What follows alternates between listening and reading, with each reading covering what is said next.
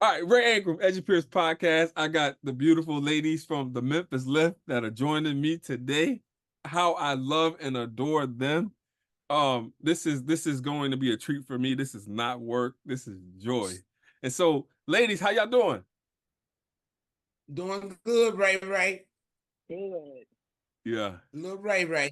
Yo, you're the only person on the planet that I will let call me that, right? Really, Yeah. But it's I because of the feel love. I honored. understand. So I we'll feel jump in. honored. First question I have for you guys is how do traditional grading systems impact overall learning experiences for kids? Well, I really think that the parents don't understand the traditional grading system. They look at the report card and see A's, B's, and maybe C's and D's and F's, right? Mm-hmm. But does it really tell the parent where the child is reading level and math level? I don't think so. Right. Okay. That's I fair. don't think so. I'll let somebody else jump in, but that's my thought. Yep. And my word is, Ray, I said the report card is tricking the parents. What tell me more about that. When you say report card is tricking the parents, what you Okay, if my my grandbaby bring an A home, Yep. all A's, right? Yep. Honor roll, principal list, whatever y'all want to call it. Yep. Then at the end of the year, she in the third grade reading on a kindergarten grade level. Yep. And I'm thinking everything is okay. That's why I said the report card is tricking parents. Yep. No, I'm that makes saying like I'm straight from North Memphis. The report card is tricking parents. Yeah, thank you for that. And listen, And that's super important that you highlight that and you talk about your lived experiences. Hope, I'm yeah. jumping you in here because you was in the classroom with these kids and you interacted with these parents as well. What are your thoughts in terms of report card grades, reading levels, etc.? Yeah, so having come from the classroom, I know firsthand, like I agree with Sarah 100% that the report cards are pretty much tricking parents. Like I see kids every day that have A's and B's in my classes or had A's and B's in these other classes, but they're reading on a second grade level and they're in the 12th grade. Just for context, like I was a high school teacher. Wow. So 12th, 11th graders average reading scores were around like the 6th grade level, which is just ridiculous. It's one thing we've talked about plenty of times is just because your kid gets A's and B's doesn't mean they know their ABCs. Wow. Yeah, thanks for that. That's a nice little that's nice. That's some bars right there. I see you, Hope. See you. So, but let me ask y'all this because a lot of us on here are parents, right? So, what role does the all right? So, hmm, I'm a to dive grandparent. even deeper, right? What I'm a role does the grandparent. parent play? What role does the parent or the grandparent play, in terms of this? If the grandparent and if the grandparent or the parent may not be able to read or may not be on like a high reading level, like what role do they play? I think that's our job to educate our parents. That's our sole job is to educate parents on. And Ray, we don't know everything because we were those same parents that we serve, right? And Mhm, I always tell our team we are the people that we serve. mhm, So we bring in the expert, and I let Miss Fields, I toss to Miss Fields because she teach our fellowship class. mhm, Yeah, it is all about knowing because the report card is not a true reflection of the learning experience that the child is having in the classroom. Um, just ditto and everything that Hope and Sarah said is I may see A's and B's and be like, oh, my child is okay. These are the conversations that we were having with parents in the beginning. Parents, oh, my child good. My child got straight A's. My child has A's and B's. My child is smart. My child is honor roll, honor society, and all of this. But at the end of the year in the spring, when they take their state test, they're not proficient. mm, So, and as a parent, not knowing or understanding what questions to ask, it's like the report card says this, so history tells me whatever the report card says is Bible. But here in Shelby County, we have had experience with grading scandals. The standards have been changed.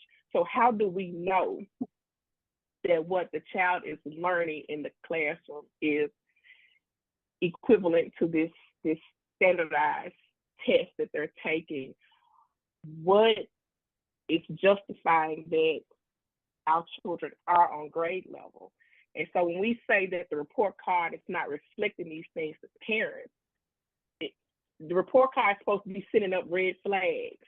Yeah. As to say, I need to challenge something, I need to question something. But if A is the highest grade that my child can get, then I'm automatically thinking in my mind my child is good. I'm not questioning. But at the Memphis Lift, we're teaching parents challenge and question everything until you understand it completely.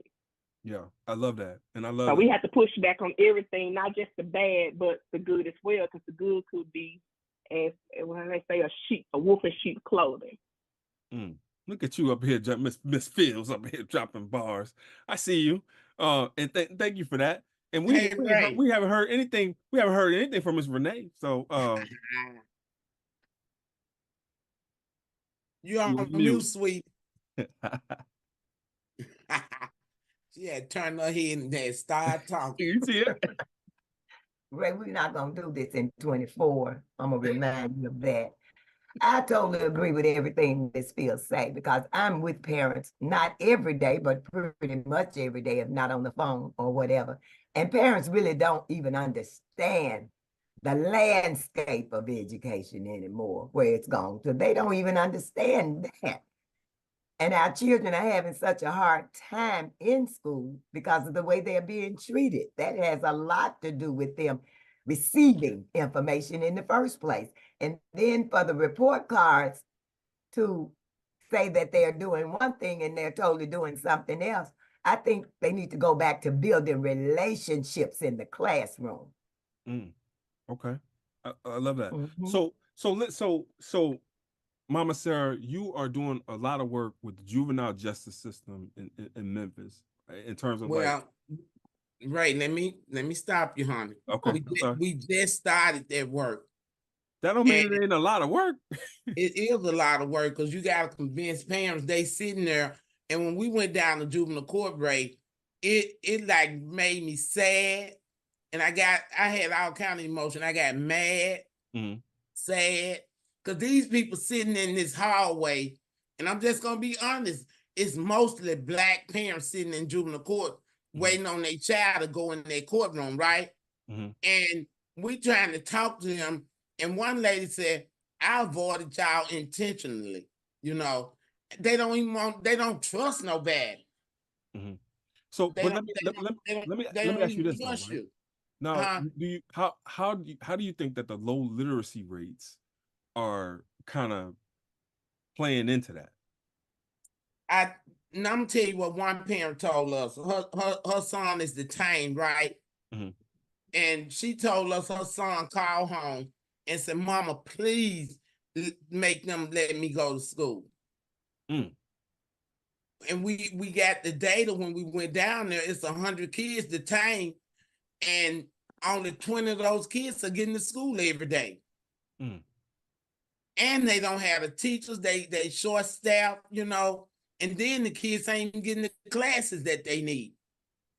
Listen, and you know how this world works. If you're a kid and you're not getting education, then the next thing you're gonna do is right. So we meet with the juvenile court judge on the 18th, and my question gonna be to them: we need to first of all know where these kids at with reading. Okay. And we partner with the experts in Memphis on the science of reading, right? And we got those people to test those kids. And I'm letting Ms. Fields or Renee tell you what we did this past summer. Last summer. Okay. With our Lift and Reading program. Yep. Ms. Fields. So that's just basically it. So when the pandemic first started, we got questions and concerns from parents from how am I support my child at home when I know my child is not on performing at his grade level. They're gonna close schools. What we gonna do? We don't have the equipment to support my child at home. What we gonna do? So from that conversation sparked the idea of students should be tested, parents should be given the results, and review the results with them thoroughly so they understand and provide supports and resources on how they can support their children at home. Mm-hmm. So we tested about 40 students. Yep. From grades K through 10, I believe, or did we do 11? I think it was 11th grade, and with those experts from all Memphis, and the test reviewers sat down with the parents, walked through the results, explained everything, and that's something else that parents get discouraged and turned off about with schools. So much education jargon is thrown at us, and it's not thoroughly explained. And we sometimes may feel inferior, and we'll develop that bobblehead mentality where we're just nod our heads saying that, yep, we understand, but really in our mind we don't, but we're so afraid to ask questions because we don't want to be made to feel inferior. Yeah. And so, I mean, the results vary from all the students. One parent that just knew that their child was on grade level was that AB student, principal list every 6 weeks, but the child was not performing on grade level. And they were discouraged at first, but when the test reviewer gave them some resources and they explained how he was not proficient, had something to do with how he read or reading, how he was processing things, and then working on him with it. So parents, I mean, that was like a beacon of hope. It's like, y'all telling me something that I didn't know. And they took the results back to the school, and the school told the parent, no, your results are wrong. Your child is not reading on grade level. The test we gave them says this. And the parent was like very upset and frustrated. It's like, well, if y'all know this, why haven't you called me in and set us down and we talked about this? So that's one of the ways that we are empowering parents to starting to demand these results in a timely manner so they can start making decisions best suited for the child. So you hit on something, right, Renee? I'm sorry, Ms. Fields, you hit on something, and Renee, it's because I want to talk to you. That's why. Ms. Fields, you hit on something. You said something about these educators, and they talk the education jargon, and they don't speak common language, right? Talk to me more about that, and all y'all. Talk to me about how y'all want these educators to talk to y'all. Ray, I sent you that document that we went over for 2 years with the district. I sent you that document, right? And the district stringed us along for 2 whole years. And these are the people with PhD behind their name, DR in front of their name. And they can't get it simple. Come on, man. We sit down, we built a task force around that document, and parents was on that task force, educators, people that formerly worked in the district was on that task force. We had a pastor on the task force, and we came up with simple language that parents will understand. And I got word about 3 weeks ago that the former superintendent told the people that was working with us, keep them busy, keep them busy. Keep them busy? What does that even mean? Like string them along, just tag them along. And so they thought they were going to wear us out, I think. But Ray, when you got children that you want to succeed in life, you can't wear no parent or grandparent down. You can't wear us down when it comes to our kids. Wow. No way. So you got that document, and parents understood that document. And so anyway, it's crazy, Ray, all I can say. And but that's what's keeping parents away. You using language that we don't understand. Y'all understand it? Of course not. I'm not going to be a part of the conversation because I'm not going to say something to make myself look foolish, and you're not going to make me look stupid either.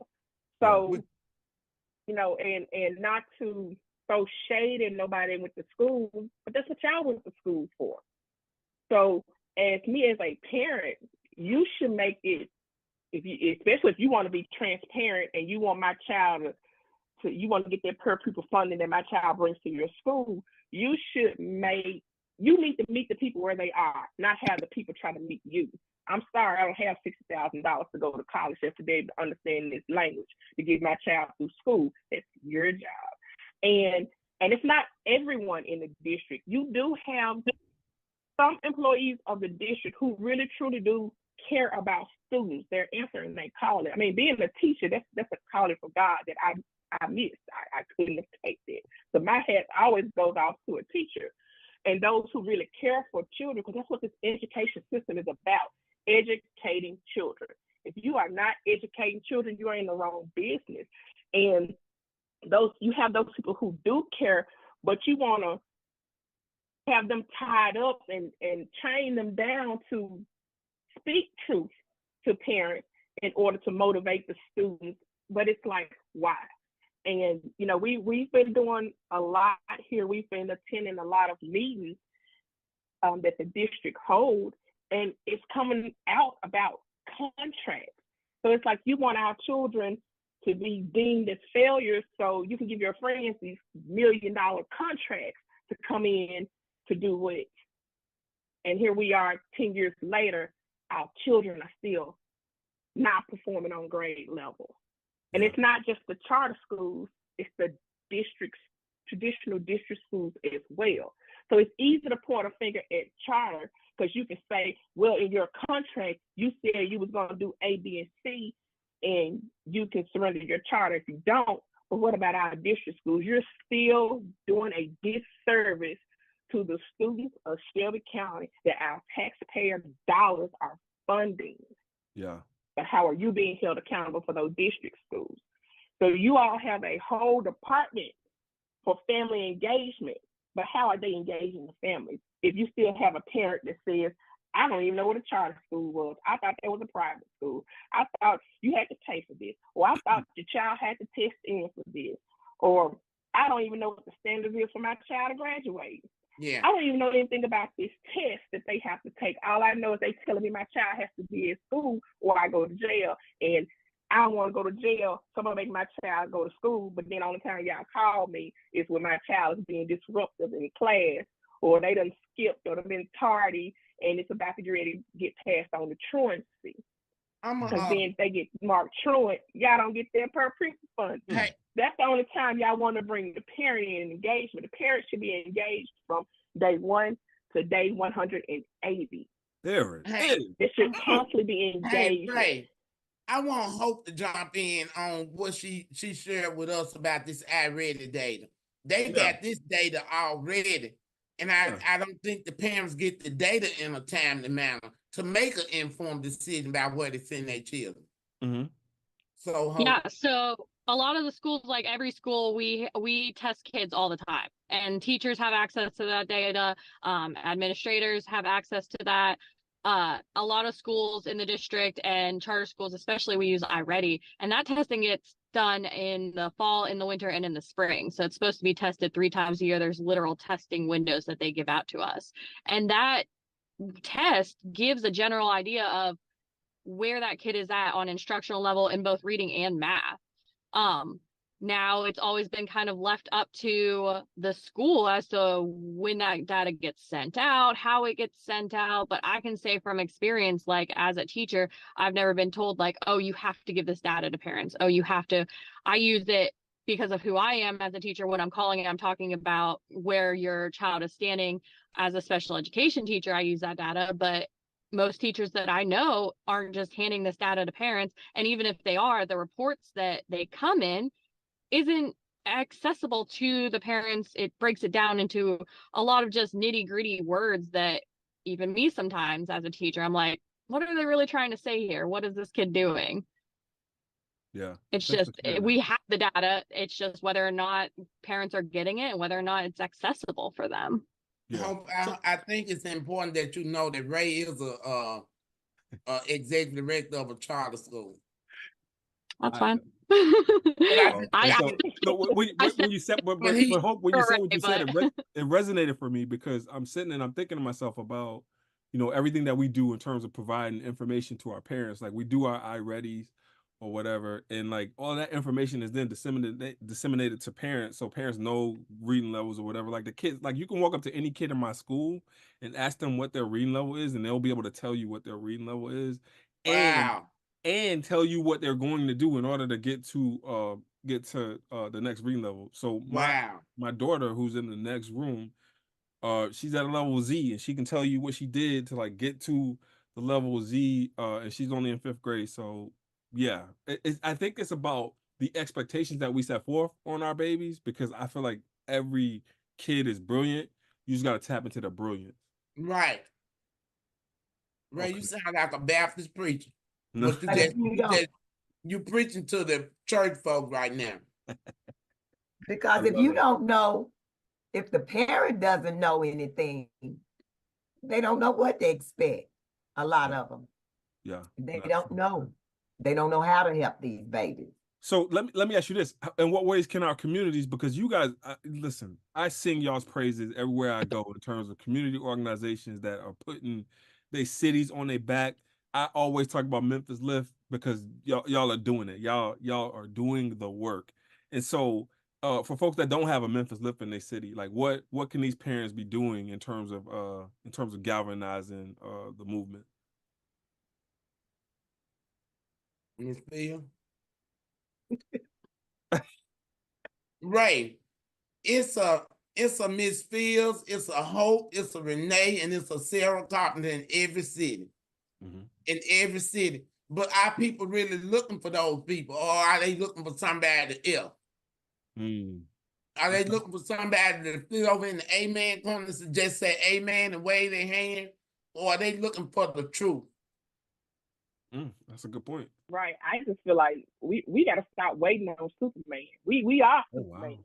We got to stop accepting the status quo. Start pushing back when something don't feel right. We got to ask questions. We got to learn. We have to read for understanding. And when something is not right, we got to challenge it and push back on it. And when people start seeing you, I mean, it's like it's almost like you got to become a Jehovah's Witness. You got to start knocking on doors and be like, hey, this is what's happening. You pay your taxes.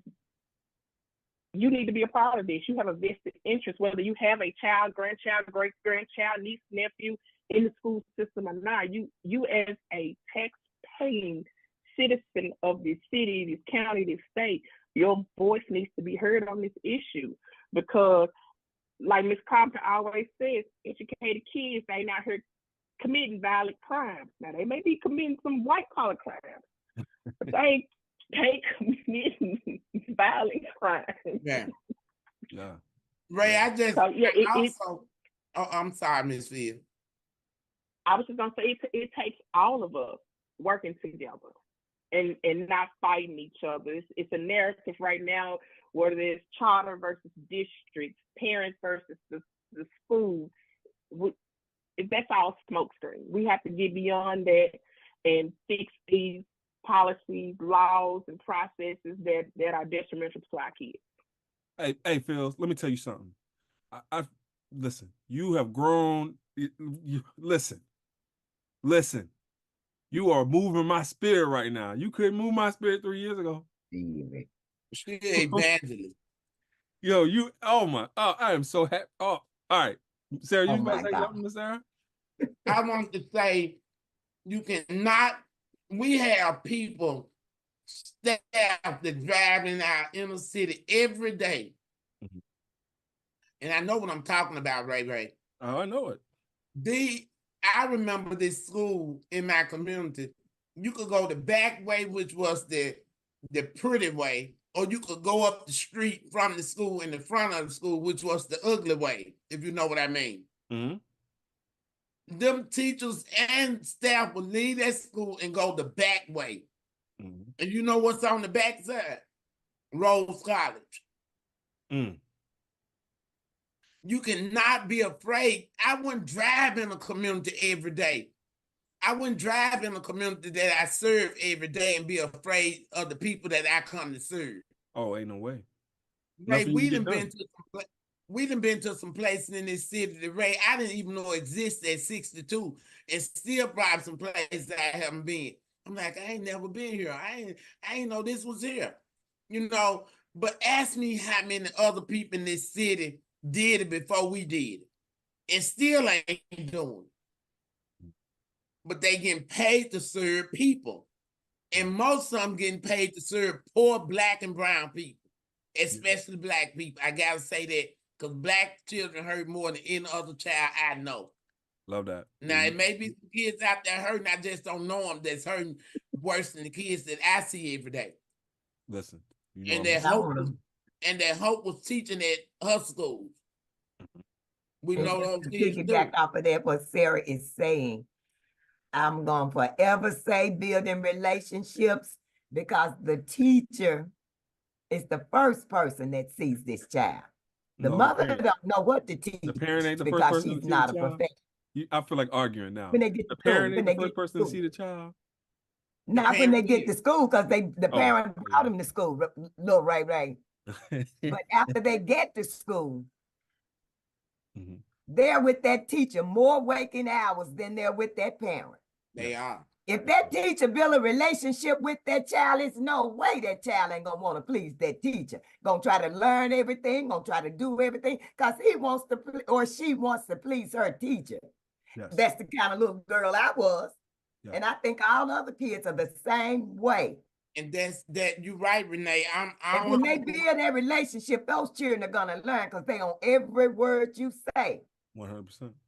As they I'm gonna say with Miss Renee, like with a lot of my students, I was a teacher who a lot of students moved out of the special education program under like my Let's go, Hope. classroom. Let's go. Yeah. Go, Hope. Go, Hope. Thank you. Now, the psychologist like had talked to me about it. She was like, listen, like you move more kids up and like out of grade level and on grade level, like what is it that you're doing that's different? I'm like, honestly, it's getting to know the kids first. Like it's really building that relationship, getting to know not just the kids, but the families too. You get the kids to buy in, you get the parents to buy in, and everyone wants to learn more. Like when they feel like you care about them and you care about like what is going on, even outside of school, like I still keep in contact with my kids I taught 8 years ago. Like they still call me up like, oh, I just graduated college, or oh, I just did this. And I love hearing those stories on Facebook and whatnot. So like when you build those relationships, kids want to learn and they grow. Right. But the thing about a good school leader should value a hope. If you build that relationship with that child in that classroom, the mother is coming because all that child is talking about is Miss Hope this and Miss Hope that. If it's nothing but jealousy and curiosity, she wants to know and see who Miss Hope is. And she coming. And that's where the teacher got that parent. That's where you got it. And you build that relationship with that mother, and then the family, you have that relationship, and you have success for children, little Ray. And Ray, I'm a stay in my own house. I don't have to leave out of my own house today. My granddaughter, 9 years old, was in a homeschool. And don't ask me why her mom put in that homeschool, because I don't know today. But I found a school to cater to her needs, social and emotional learning, right? And you would think that it was this girl's birthday the other day when her I-ready test came back where she had grown so much. And guess what? My family crazy, Ray. They had a party at my house. Like, and you should celebrate her. You should celebrate her. They had a party at my house. Pizza, wings, the whole 9 yards, and had a cake like it was her birthday. She loved to eat. I know she loved every bit of it. Did y'all take pictures? I mean, yeah, she I mean, her little friends came over here. I mean, it was like a birthday party. And I don't have much, but for Christmas, I know them people work with my girl, you know, and I got broke getting these people Christmas gift from the ED to the man that stand out and direct the traffic, because I'm grateful for them people. Yeah. And that's the kind of school all of our kids should be at. Yes. I won't even call the name of the school, but she's so excited, Ray. And I said, Tracy, you're going to be the smartest somebody in that school. And she said, I'm going to be smarter than the teachers. I said, you can be. Yes. You know. I love that. Yeah. So Oh. that's a lot of our kids just need encouraging, Ray. Ray, I seen something on these questions about letter grade. You know, we just got there here in Tennessee. Really? Yeah, we just got it.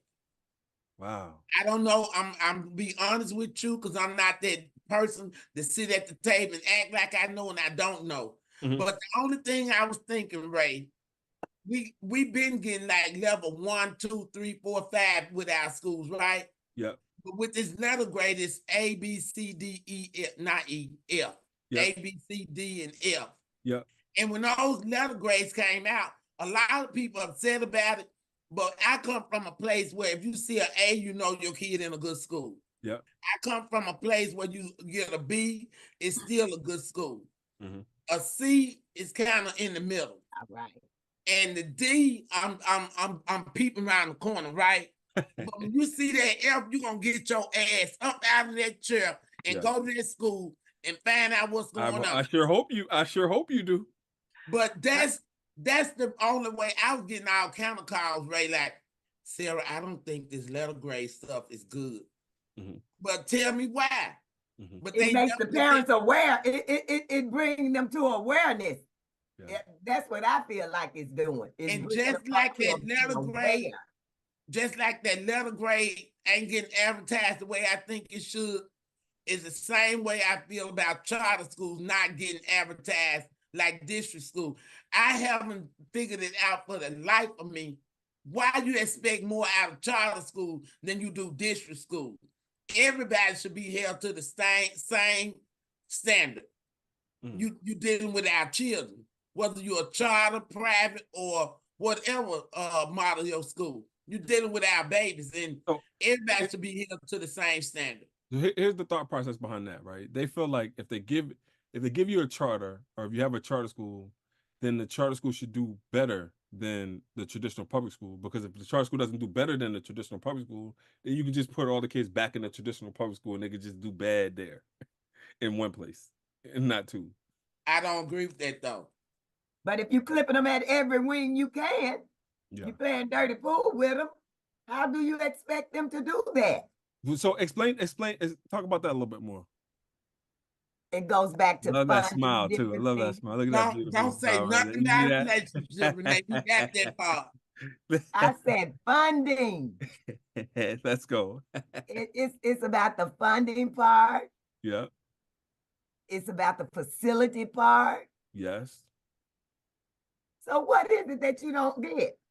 Wait, I'm just letting you explain. I'm not. Why are you talking to me like I'm a fifth grade? See, there you go, all on camera, showing that again. I really feel like that the district is so territorial. Okay. With these families and children. Yep. And they want to keep all the money to themselves. Yes, I agree with that. That's what I don't think they really care about our children going to charter schools, but they want that funding to come to them. Yeah. Yeah. So you think that if they had a way in which they could monopolize the money and not have the responsibility. And they would. Yes. Yes. That's fair. I do. Yeah.